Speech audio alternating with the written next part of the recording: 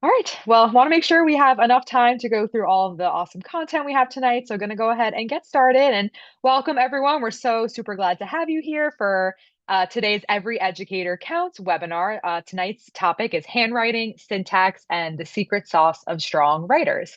Whether you're returning or joining us for the first time, we're super excited to have you. Just a quick reminder that this session, as well as any other session we've facilitated before, is available in our archive, and I'll be sure to drop the link in the chat throughout the session later this evening. Just want to let you also know that closed captioning is available, and we invite you to engage throughout the session using the chat and Q&A to share thoughts or questions, seeing folks are already doing that. So please continue to do that. Today's session takes a closer look at writing and the many skills that come together to support it. Writing, I'm sure, as you all know, is far more complex than putting words on paper. It involves a coordinated system of transcription, syntax, executive functioning, and working memory.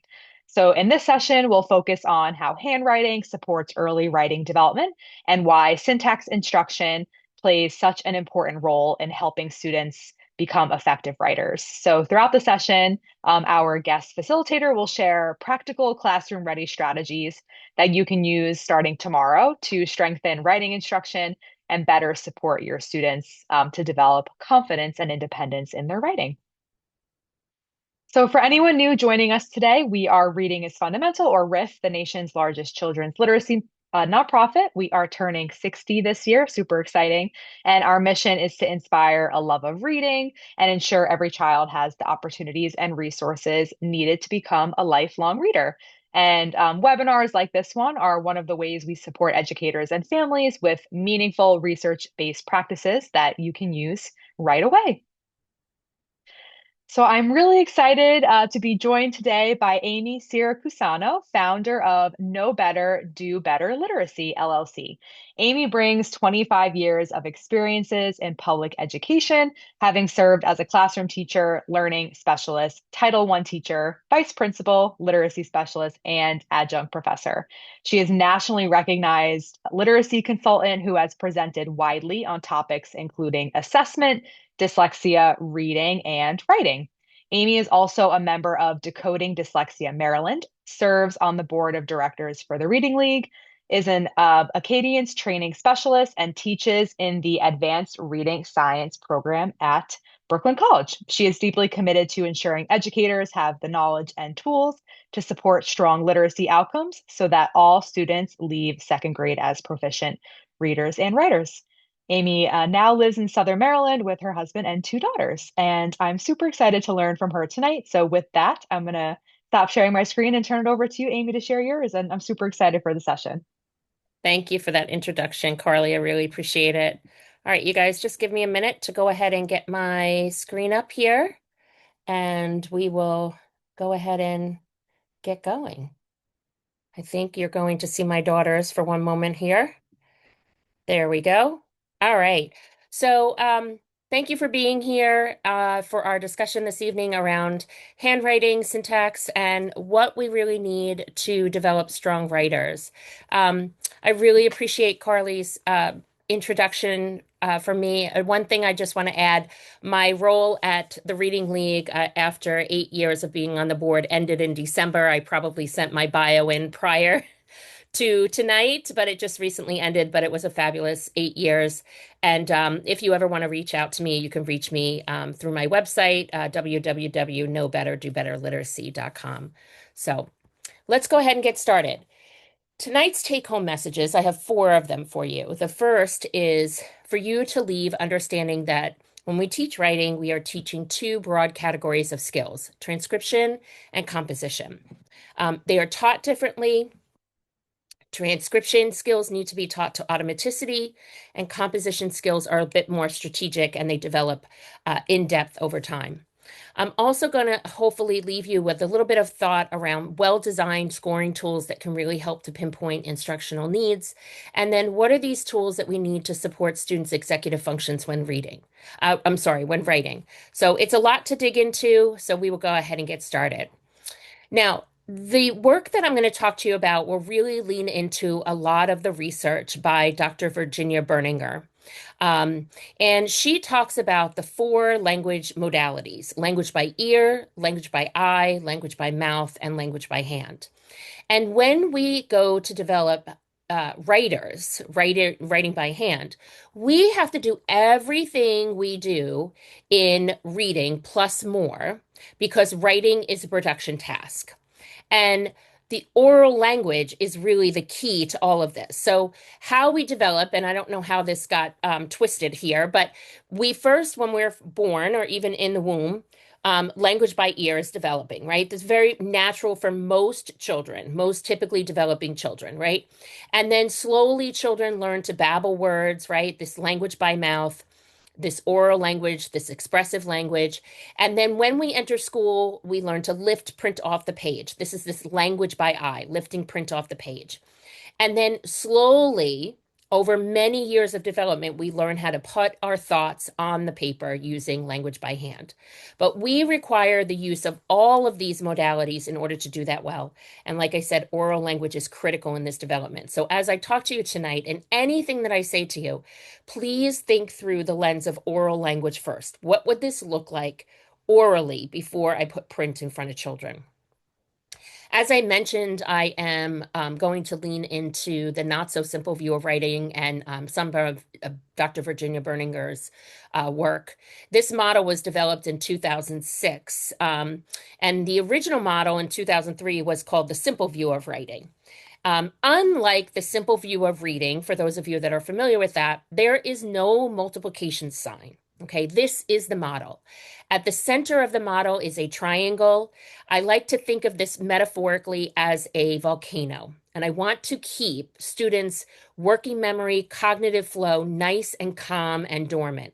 So, what I'm doing with you all this evening is I'm looking at my slide and I'm retrieving from my cognitive flow, from my working memory, from my long term memory, all of the things that I want to say to you, right? Using my oral language. When I go to do that in print, I have to think through the things that I know about a topic in order to be able to get them out on paper. The things that are around the outside of this triangle, or how I think of it as a volcano, are the things that we're teaching and supporting in the classroom. So things like transcription skills. These are foundational writing skills. Text generation. This is a child's ability to use words and sentences and discourse. What is it going to look like on paper? Some of us may refer to this as written expression or composition. And then how do we support executive functions? How do we support supervisory attention to what kids are doing in the classroom? Not just setting them off and saying, hey, go write about whatever you want to write about today, right? We're giving them some guidance, some support in that work. How are we supporting them in goal setting, right? What are we doing in setting goals in relation to the piece of work that they're working on, whether it's oral language development or whether it's written language? And then thinking about supporting children in strategies for self-monitoring and regulating. So this might look like in the form of checklists for students, and that might look different for every child. Could also look like some graphic organizers or sentence frames, that sort of thing. So when we think about the research that is 20 years old, right? What does this mean for the classroom? Well, kids come to us with this working memory, this cognitive flow. Now, of course, long-term memory continues to develop as kids have more experiences, as all of us have more experience. That's our schema, right? As we have experience, our schema, our schemata is going to change, right? How we look at things. Executive function will continue to develop. And obviously, it's not going to be as strong in 3 and 4 and 5-year-olds as it should be in a 30-year-old or a 50-year-old, right? So, this ability to kind of control impulses, focus, pay attention, stay on task, take turns, right? How do we support those things in the classroom with a very cognitively demanding task such as writing? And then, what are we doing to teach these two broad categories of skills?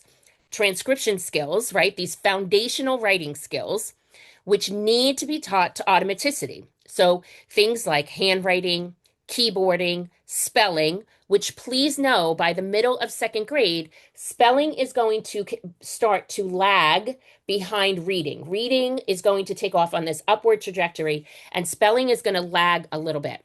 For example, if I asked you to write the word iridescence right now, or the city, Albuquerque. If you've never lived in Albuquerque and you've never had to write it before, could you write it with confidence without checking in how to spell it? You could absolutely read those words, no problem.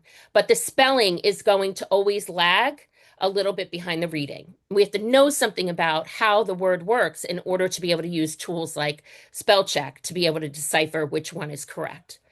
Also, in foundational writing skills or transcription skills include spatial organization. So, thinking about how you're teaching kids about margins, right? Indenting, sizing and spacing, use of lines, that sort of thing.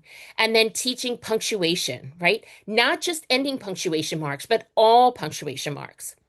The other category of skills are composition skills, text generation. Sometimes people call this written expression. These skills become increasingly strategic. They're cognitive tasks, they're more difficult, and they develop with intensity and complexity over time. So, this draws on a child's topic knowledge of the world, of experiences, what's in their word choice, right? So if they're writing narrative text versus expository text, the words that we use are going to be different. So in narrative text, we might use more figurative language and descriptive language versus in expository text, we might lean into more text structure and domain specific vocabulary words. Sentence structure is going to vary. I'm going to talk a bit about that tonight. Thinking about genre and format, text structure, and audience. And all of these things, over many years of explicit, systematic, intentional instruction, will come together so that we can develop proficient writers or skilled writers. The one thing that we are probably very familiar with is the writing process. And if you're like me, I spent, 25 years in the classroom using the writing process, thinking that if I just kept modeling for kids what this looked like in the different phases of the writing process, they would be successful. And I was wrong time and time again. But where did the writing process come from, right? So in the late 1970s, Donald Graves, Donald Murray, they really kid watched in classrooms, in primary classrooms, first grade classrooms, and they noticed that there was a writing process that children went through. These kind of stages. They hypothesized how these stages of pre-writing and writing, rewriting, revision, kind of came together, right? And they sat on the assumption that students' difficulties in each stage could be diagnosed more accurately if you kind of modeled and taught students how to perform within these stages. But that's really not the whole story, right? And so we have to think about, is this process enough? And I'm going to say no. So this was the 1970s, right? And in 1980s, 1990s, we were big, heavy into the writing process. And at the same time, around the 1980s, there were two researchers, Flower and Hayes, that were mapping the mental behaviors of experienced writers at work. And these experienced writers were college-age students. And they looked at things like the task and the environment, long-term memory. Think about that volcano, that triangle in the center of the 2006 model, right? Which was 20 years after this kind of research that Flower and Hayes were doing with college-age students. Working memory, right? Goal setting, part of that executive functions. And then this planning, translating, reviewing, and revising. And what they noted is something that's really critical is that you can see these bi-directional arrows. So we didn't really go through the writing process linearly, right?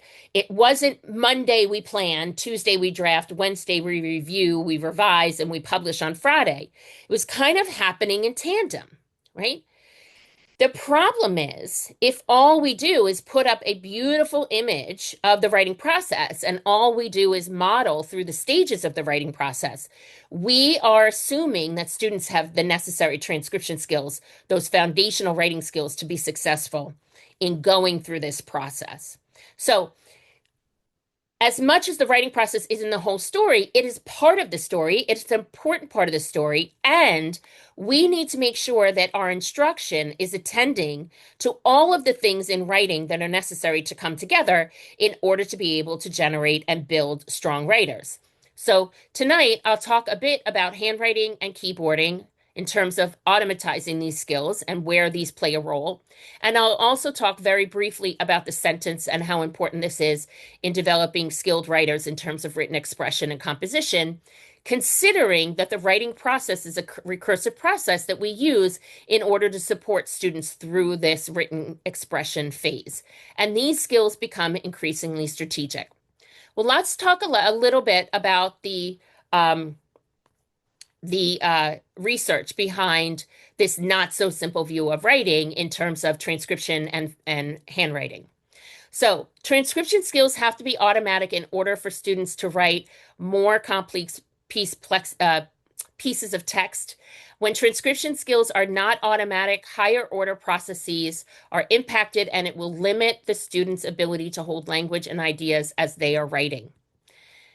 We also know from research that students who learn from teachers who have professional training in teaching handwriting demonstrate more improvement in transferring that into better composition.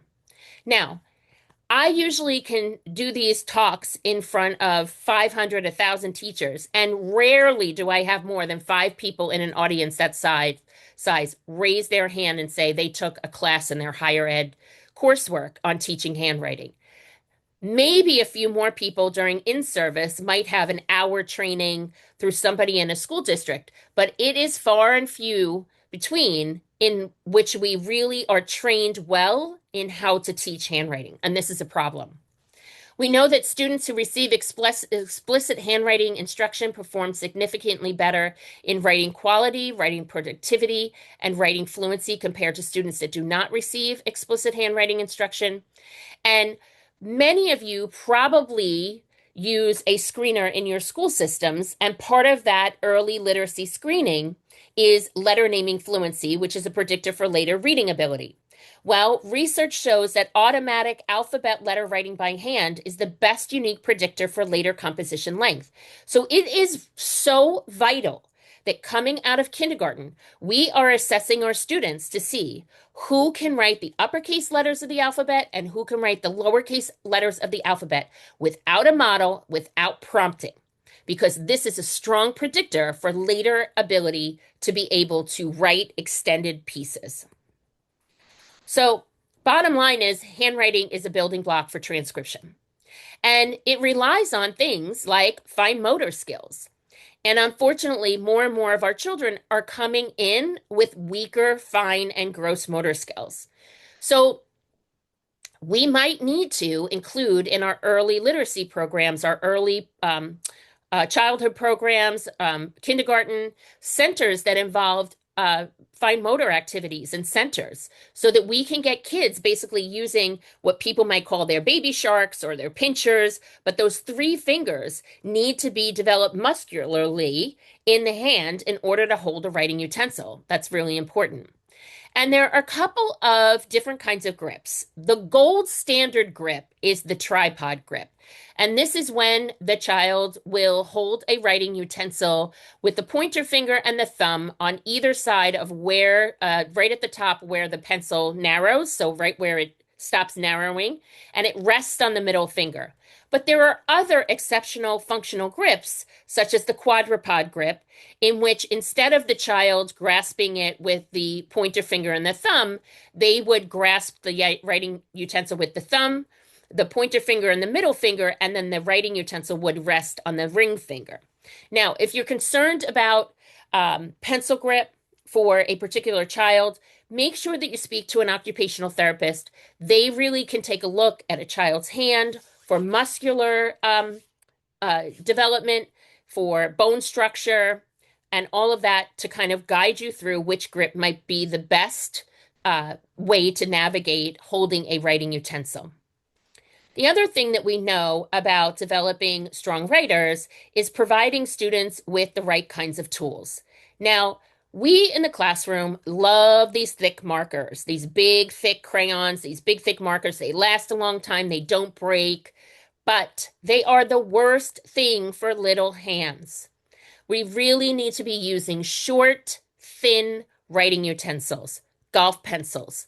If kids have a really hard time with pressing down on the paper and you're seeing very light Pencil marks, you could purchase dry erase markers that are short and skinny, just like golf pencils. They exist, and have them use that so they don't have to press so hard until they get that muscular fine motor development down so that they could write on the paper. You could also find lead in pencils that are a little softer, and that might also help. And crayons, skinny, short crayons. And I say this because imagine right now if I asked you to take a writing utensil and tape it to the bottom of a yardstick. And I told you that's your writing utensil for the entire day tomorrow. Your hand would be exhausted. So when we give kids tall, thick writing utensils, it's the worst thing that we could do for them. When we're teaching instruction around writing, we want to start with, as Anita Archer would say, scaffolds. We do, we do, we do, we do. Big scaffolds, little scaffolds to no scaffolds. So we want to start instruction before we get into letter writing with stroke development. We want to teach kids with consistent language like top down, left to right. We want to make sure that they're able to trace and copy lines first before we give them open spaces to do that. We want to provide them in pre-K3 and pre-K4 with open kinds of boxes with just a baseline for them to kind of play around with formation of strokes and shapes. But after that, in kindergarten, when we start teaching penmanship and how to form the letters, we want to use 3 lines. And this is going to be really critical, not only in the development of letters, but in numbers, punctuation marks, and for geometric shapes and drawing other things in other subject areas. So these are lifelong skills. Now, when we think about teaching a left-handed person versus a right-handed person, when it comes to teaching manuscript or print, strokes are a little bit different. So the vertical stroke for a lefty and a righty is exactly the same. We all start at the top and we pull down toward the body. However, when we are drawing or writing a horizontal stroke, we pull away from the body. So a right-handed person will start on the right side, on the left side and pull away from the body, pull out to the right. A left-handed person will start at the right side, pull away from the body, out to the left. So I hope I said that right. A right-handed person starts at the left and pulls away to the right. A left-handed person starts at the right, pulls away to the left. So we pull away from the body. It's very uncomfortable if you took your hand and tried to swing it across the body so that you kind of touched your shoulder. It doesn't feel as comfortable as pulling away. So pay attention to that. This doesn't exist in cursive. It's more so in manuscript. And unless a left-handed person has been forced to do it another way, most left-handed people will do it the way that I mentioned. So handwriting requires fine motor skills, appropriate paper, stroke development, stroke knowledge, instruction for 5 to 10 minutes a day at a table, not on a carpet, not on a whiteboard hunched over. Kids' elbows need to be on the table. The writing paper needs to fall in line parallel to the student's arm. And our arms, if we put our arm on the table or elbow and we let it naturally fall, will fall at about a 45-degree angle. So our papers should not be perpendicular to the edge of the desk. They should be parallel and fall right in line with how the arm falls on the desk. This is really important in developing and learning different letters. We need a feedback by a trained adult. As students are forming letters, we want them to say the letter name or the letter sound that will help them to cement those letters into long-term memory. And we want to practice these skills until they are automatized, so kids can do it without thinking about it. So as I mentioned on the prior slide, and this is from research, when kids have learned the strokes, vertical, horizontal, diagonal, curved lines, and they're working on learning how to form uppercase and lowercase letters at the same time, they can do that if they know their strokes. You want to tell them on this particular line, you're going to say the name of the letter as you're forming it. Or on this particular line, you're going to say the sound that the letter spells. And that will help to cement it into long-term memory. And handwriting is an integration of three things. It's an integration of the orthographic codes, what the letters look like, the formations of the letters. Phonological codes, the letter names and the letter sounds. When I say the name of a letter without even looking at it, I am producing sounds. When I say the sound that the letter makes without looking at a letter in print, right? This is this oral language. This is phonological codes. And for those two to come together, when we put pen to paper, we are activating the reading brain. We are activating the orthographic and the phonological processor on the left hemisphere of the brain when we put pen to paper, when we activate the graphomotor system. So the graphomotor system is graph means to write, motor means movement. That is our hand putting our hand to paper, forming those written shapes. And as I mentioned, we want to have handwriting programs that support kids in that they have three lines. There's a top line, a midline, a bottom line. There's directional arrows. There's number of steps. They have enough pages to practice. It's not a one lesson and we're done with it. We're going to do it until you learn it. You're learning digits, you're learning upper and lowercase letters, and you're learning punctuation marks. Now, a lot of people will ask me about cursive, and I was so excited recently to see a new piece of research out, another one on cursive. So more and more information is coming out about this. But a few things to mention about cursive.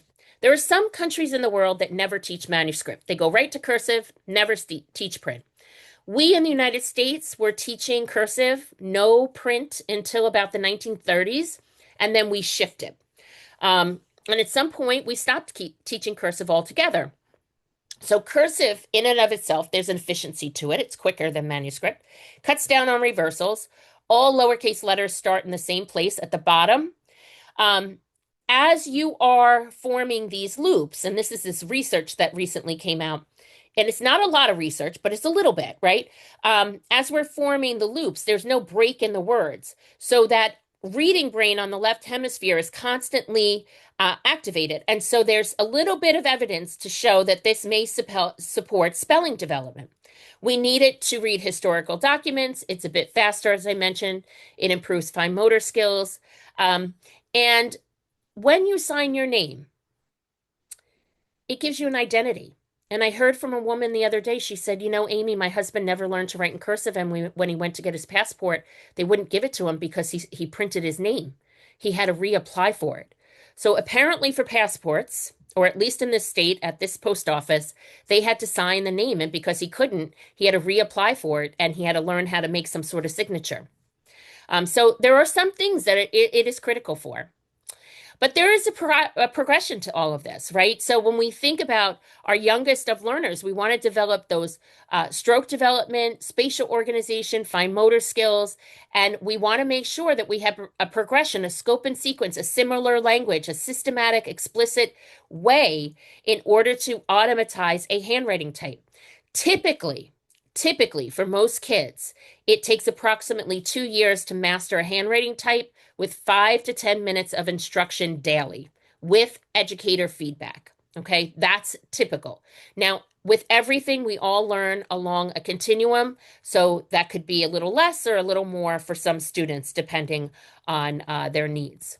So think about your students. What do they need support with? Fine motor skills, pencil grip, sizing, spacing, use of lines and margins. Are they taught about how to do that?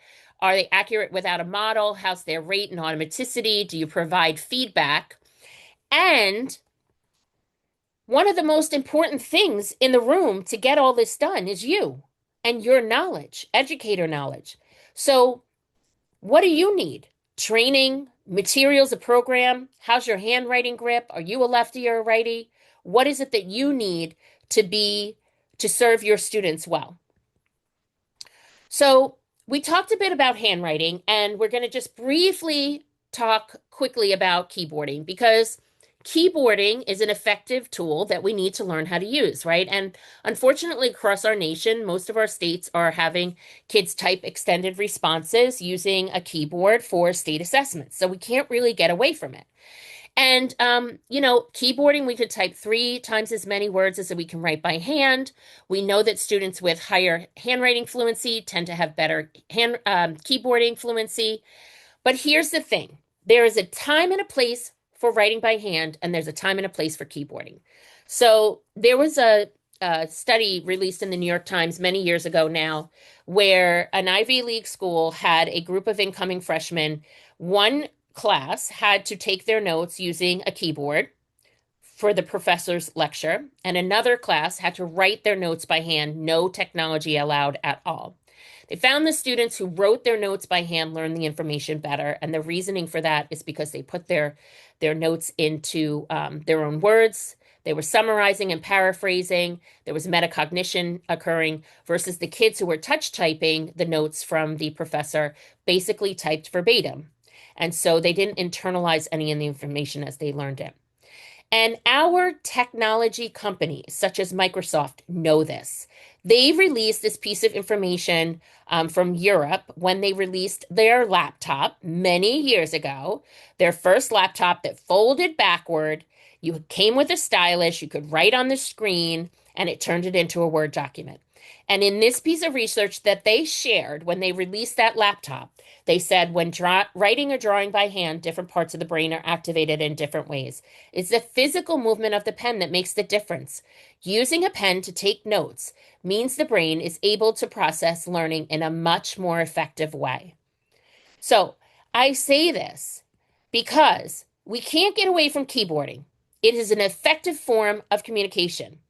But what's our guidance for having kids touch type versus handwrite? So, if one piece of guidance given to me in an informal conversation with Dr. Steve Graham from Arizona State University, he said, Amy, time your students for how many words they can write by hand. So, let's say Michelle, a friend of mine who's on here tonight, writes 10 words per minute by hand. I time her.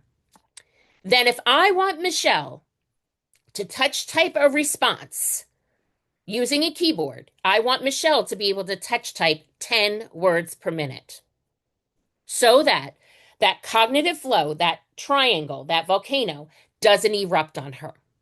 The other piece of guidance comes from a study done in 1999 with a group of special education children in middle school. And that study with those groups of students found that when those students touch typed less than 20 words per minute, composition was impacted. So those are two pieces of guidance. It's not set in stone. It's just something to pay attention to in terms of instruction.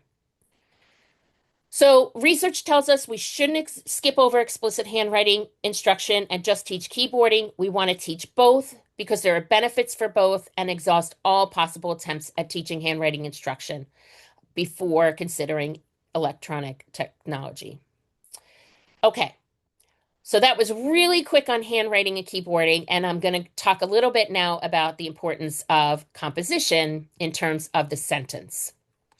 And like I said, these skills become increasingly strategic over time. And in order to do this work, just like what you have in your linguistic comprehension lessons, your standards for language comprehension or linguistic comprehension, just like you have standards to guide you in word recognition or decoding or phonics or spelling, you have a scope and sequence based on your state standards. We need scopes and sequences for handwriting instruction, for keyboarding, for written composition, written expression. We need a scope and sequence to guide us. And the sentence, like handwriting, is the building block for transcription. The sentence is the building block for composition. So there's a progression to this. And I have grade levels at the top of my boxes, but please know those dashed lines that are there very intentionally. You guys, we've got to stop looking at this in terms of grades and start looking at kids at where they are and meeting them where they are and giving them what they need, right? So typically in the standards, this is where we find these things. But please know, we may have some third graders that need to work on things like a simple sentence. Everything we do is built on oral language. From the very beginning, when kids are in school, we've got to get kids asking and answering questions. We educators are doing too much of the work for the kids. So we might put a picture on the wall and ask kids to ask a question and then turn the question into a statement to respond to it using complete sentences. The more that we do that, the more that we're going to support this sentence level development in written language over time. The other thing it's going to help is as our third and fourth grade teachers are asking kids to respond to questions in text, kids will not start responses with fragments or words like because. They'll be able to learn how to turn a question into a statement, which a lot of our youngsters don't know how to do. So, starting out, we want to start with a simple sentence, which is just means it's a complete thought with a subject and predicate, capital letter, and an ending punctuation mark. We want to teach sentence expansion by the end of kindergarten. First and second grade, we teach things like compound sentences and the four types of simple sentences. Then moving into third grade and beyond, we continue this journey in building upon sentence expansion and rearranging with simple sentences, compound sentences, the four types of sentences with the three punctuation marks at the end, and we teach something called complex sentences. So we start out with something like giving them a picture, explaining the flavors of the syrups, and we might say to the children in the class, "What's your favorite flavor of ice cream?" I want students to respond, "My favorite flavor of ice cream is," but in the beginning, they're going to give me the flavor only, or say all of them. It'll be a fragment. It won't be a complete thought. So I'm going to model these things for quite a bit of time until I get kids to be able to repeat after me and understand how to do this kind of connection between questions and statements, right? And then I can move into thinking about sentence activities that are supported by research, such as sentence expansion activities, sentence combining activities, sentence generating activities with scaffolds and without scaffolds. There are tons of activities that are really useful, but these are the three that are most beneficial. So, what might this look like? I could start out with a bare bones or a kernel sentence. And many of us use subject and predicate, and that's fine.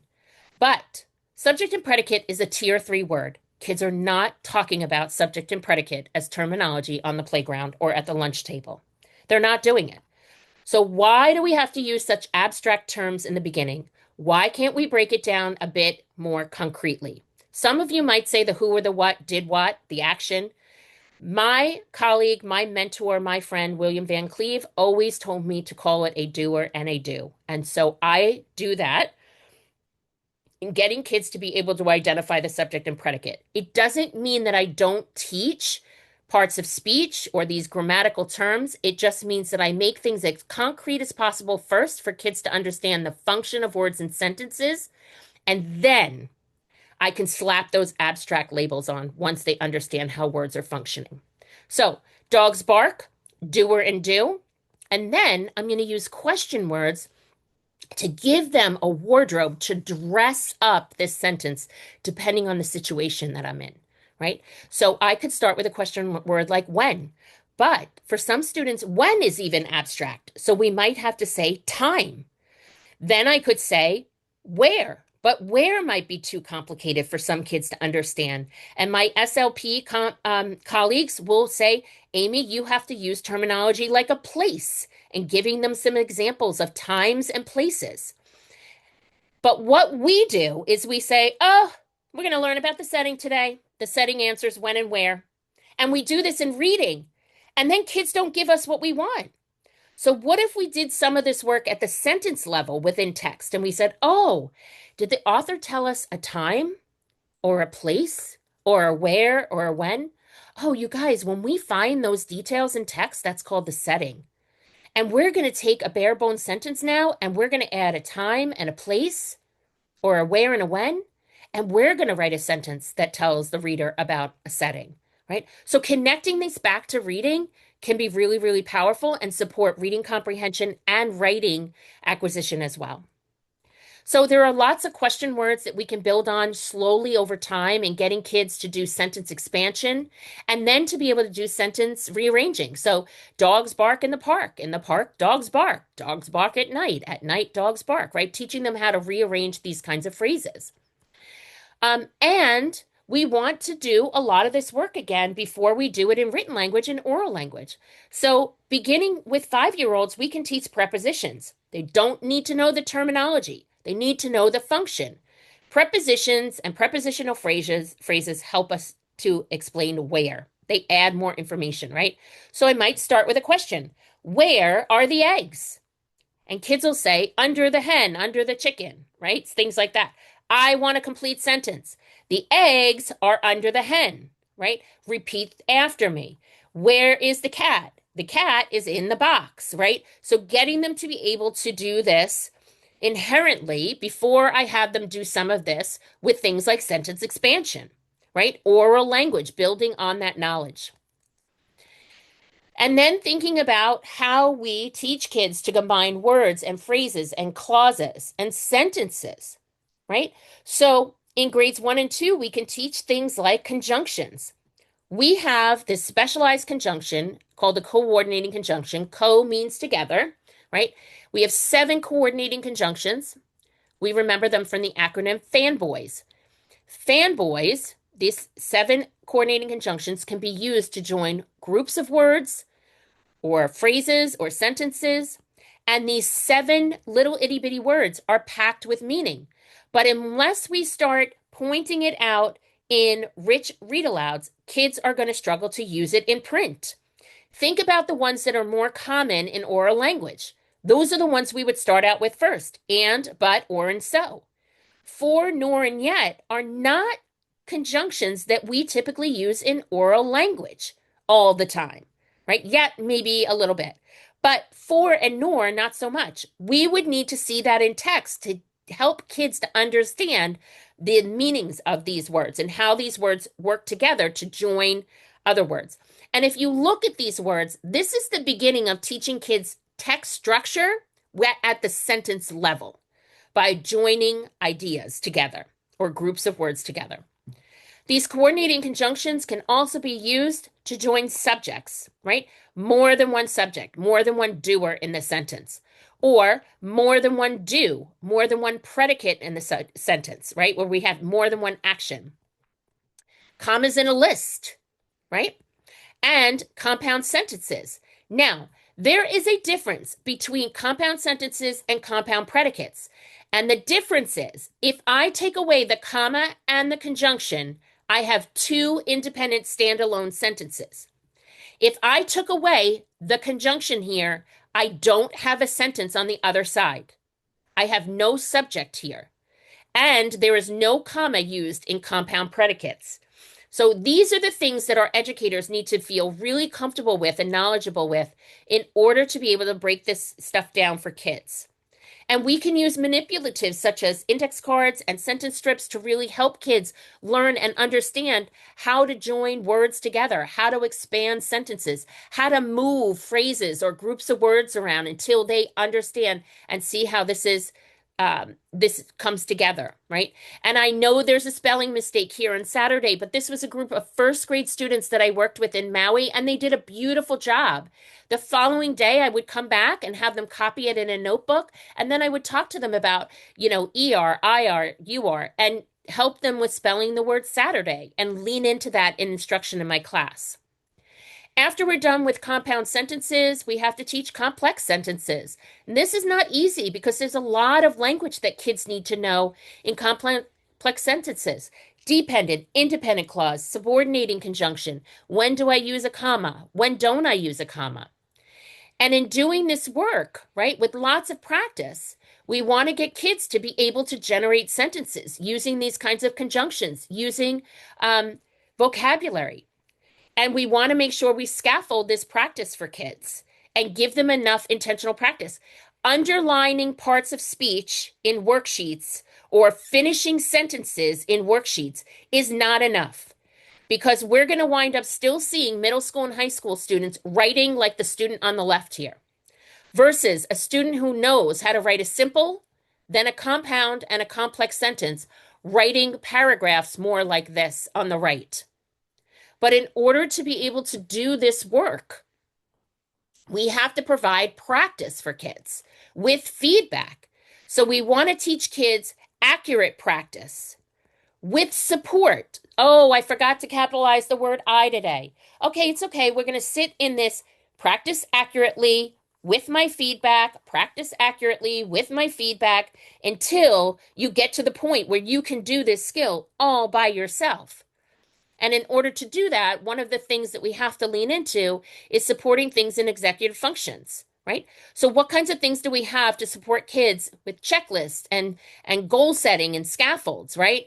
So, and just like kids, the first time that they learn how to use periods in kindergarten, they put them everywhere. Well, we get overzealous too, you guys, in our classrooms. We use checklists everywhere. Be intentional. Be like the Goldilocks and the Three Bears. Find the checklist that's just right for the child who needs it. So things like, communicating with parents, how handwriting is going for children. Where are they falling apart? Where are they doing really well? A lot of good handwriting programs will come with checklists to identify who needs improvement, who's showing mastery, thinking about shape and size and slanting and spacing. In terms of writing, I might have a fifth grader that needs a capitalizing checklist and reminder to capitalize the word I, or spacing out words, or using end punctuation. Or I might have kindergartners that are ready for something like this. And when we think about scoring children, rather than using these dense um, rubrics that have tons of idea units, what if we take our standards and we break our standards out into the different components? And when we do that, we notice, or I notice, especially in this second grade standard, that this standard says nothing in narrative writing about including an introduction or a beginning. So where is that? Well, that's something that I want to make sure my kids can do. So in having a checklist where I take this very dense standard for narrative writing and breaking it out into the different components and thinking about, oh, when do we use temporal words rather than forcing kids to use them? Do they need support? Have they showed consistency? Consistency to me is mastery. We all make mistakes in writing.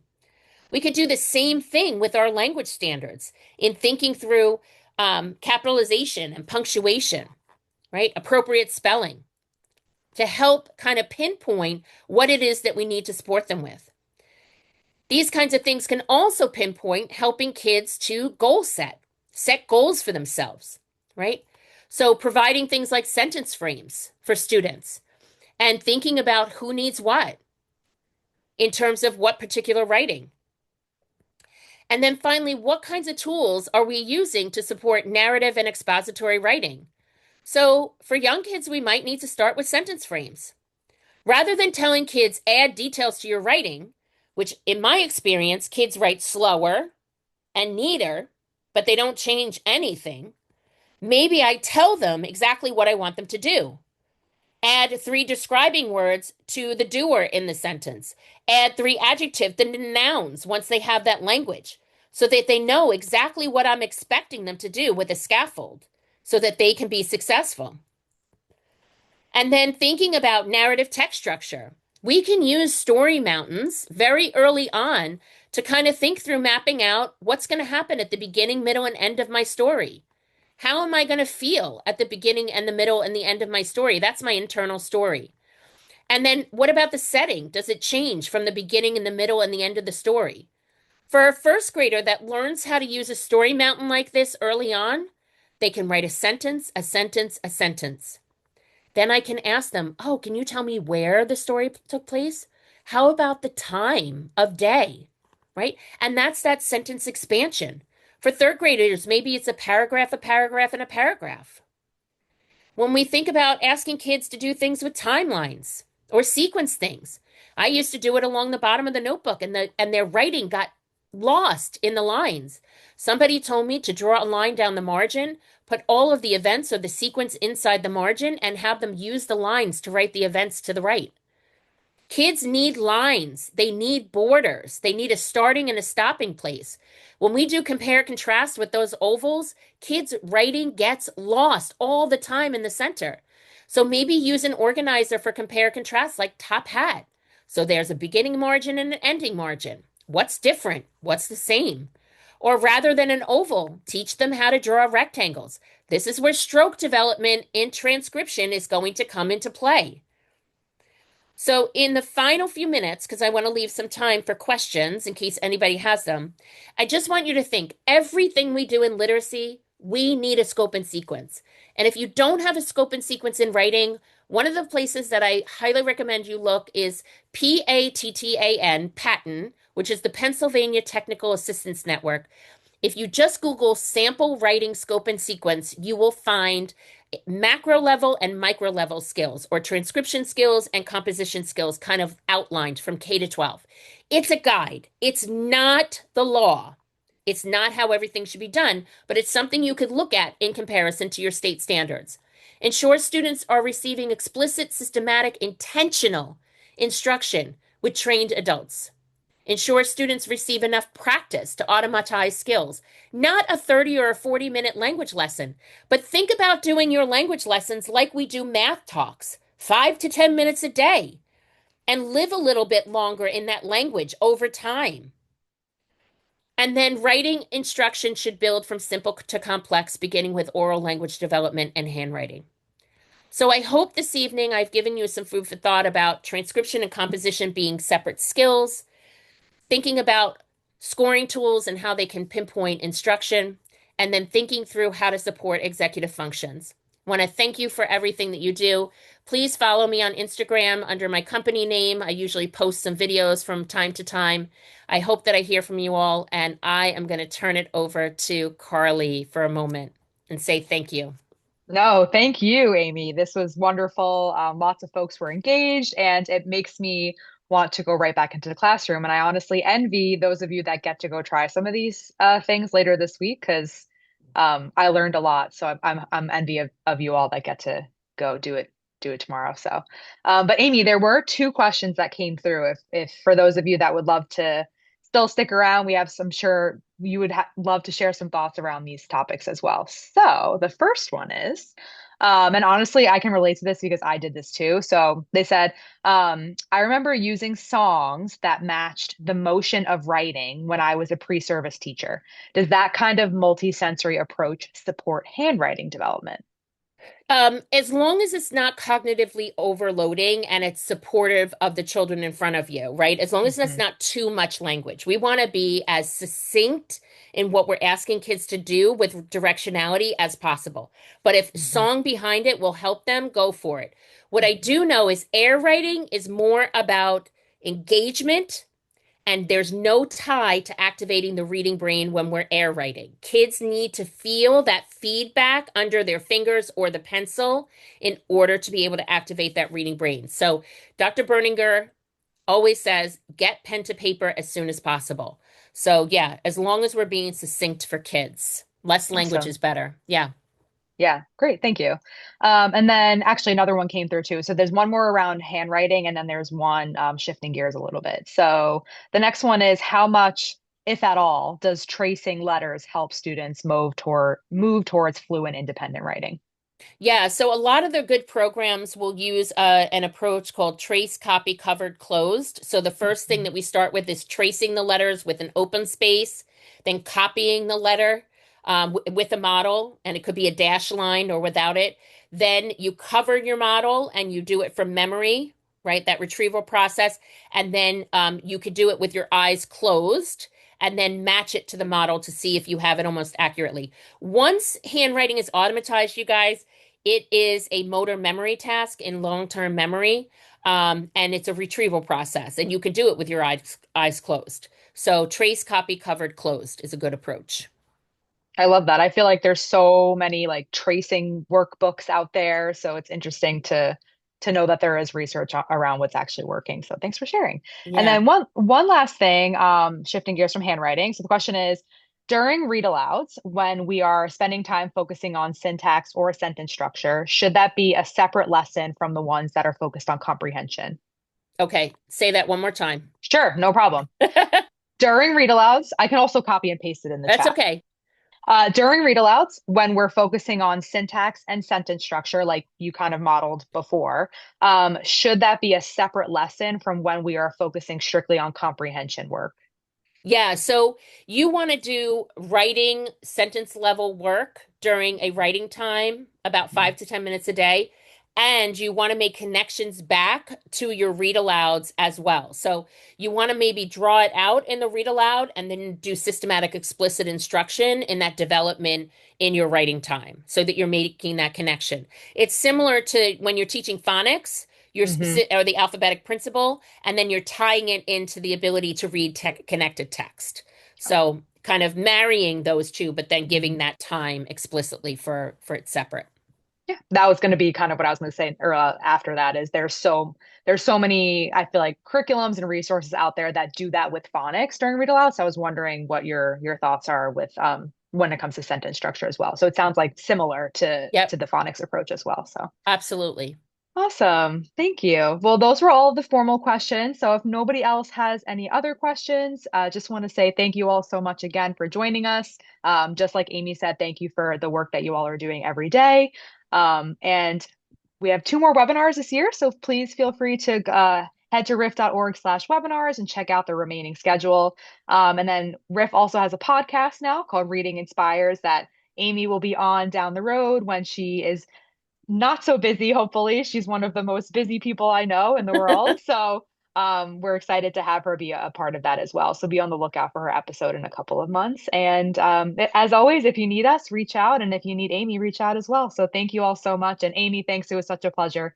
Can't wait to continue our partnership. Thank you so much for having me. I appreciate you. Of course. See you all soon. Have a great night. Bye bye.